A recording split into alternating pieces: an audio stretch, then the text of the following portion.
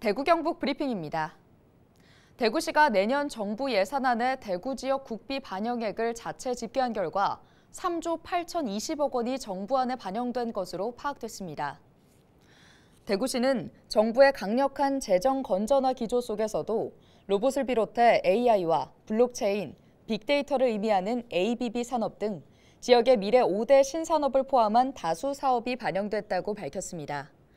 이번 정부안에는 국가 로봇 테스트 필드 구축에 56억 원, 제조업 AI 융합 기반 조성 사업에 20억 원이 반영됐으며 대구형 반도체 팹 구축 157억 원, 노후산단 재생사업 225억 원 등이 반영됐습니다. 또 금호강 하천 조성 사업과 국가 생태 탐방로 조성 등 금호강 르네상스 사업도 정부안에 포함됐습니다.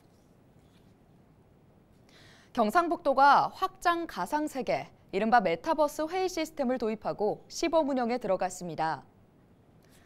회의 참석자는 증강현실 안경과 모바일 기기만 있으면 언제 어디서든 가상세계 속 회의실로 들어갈 수 있는데요. 경북도는 가상 공간에서도 협업할 수 있고 실감도가 높아 기존 영상회의보다 사용률이 증가할 것으로 보고 사회경제 전 영역에 메타버스 기술을 적용해 디지털 대전환을 이끌어가겠다고 밝혔습니다. 제113주년 경술국치일 추념식이 경상북도 독립운동 기념관에서 열렸습니다. 추념식에는 도내 광복회원과 보훈단체장 등 100여 명이 참석해 나라와 민족을 위해 헌신한 순국 선열들의 숭고한 애국 정신을 되새겼습니다.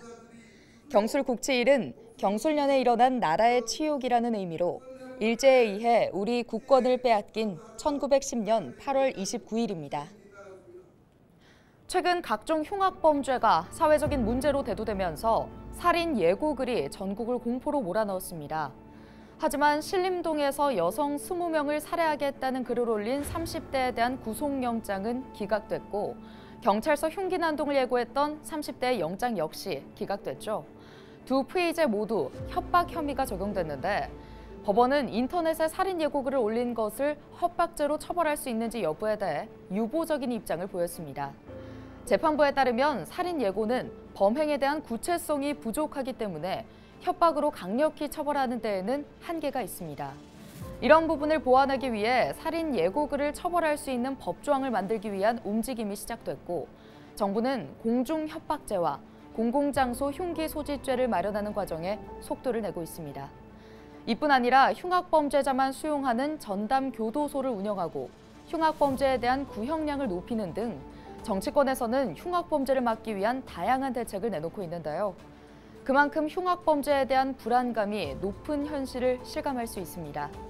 세계 어느 곳보다 안전하다던 한국의 위상을 되찾기 위해 사법당국의 강력한 대처와 처벌이 필요한 시점입니다.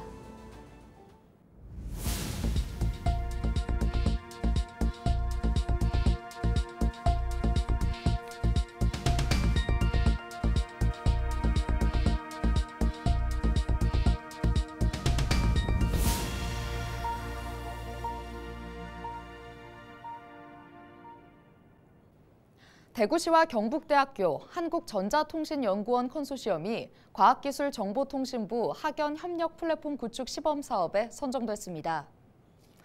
이 사업은 지역 대학과 정부 출연 연구소를 중심으로 학연 협력 체계를 구축해 지역의 기술 혁신 역량을 강화하기 위한 것인데요. 이번 사업 선정으로 대구시 등 참여기관들은 2027년까지 127억 5천만 원을 투입해 AI와 블록체인, 빅데이터 등 미래 전략 산업과 첨단 모빌리티 분야 신기술을 개발하고 기업 기술 이전과 사업화 지원 등을 진행할 예정입니다. 대구 경북 경제자유구역청이 수성 알파시티를 활성화하고 입주 기업의 맞춤형 지원을 하기 위한 온라인 플랫폼을 시범 운영합니다.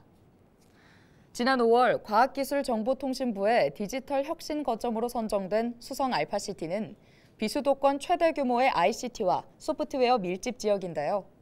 이번에 만들어진 온라인 플랫폼은 수성 알파시티 관련 자료를 한 곳에서 통합해 제공하는 온라인 창구 기능을 하게 됩니다. 지금까지 대구 경북 브리핑이었습니다.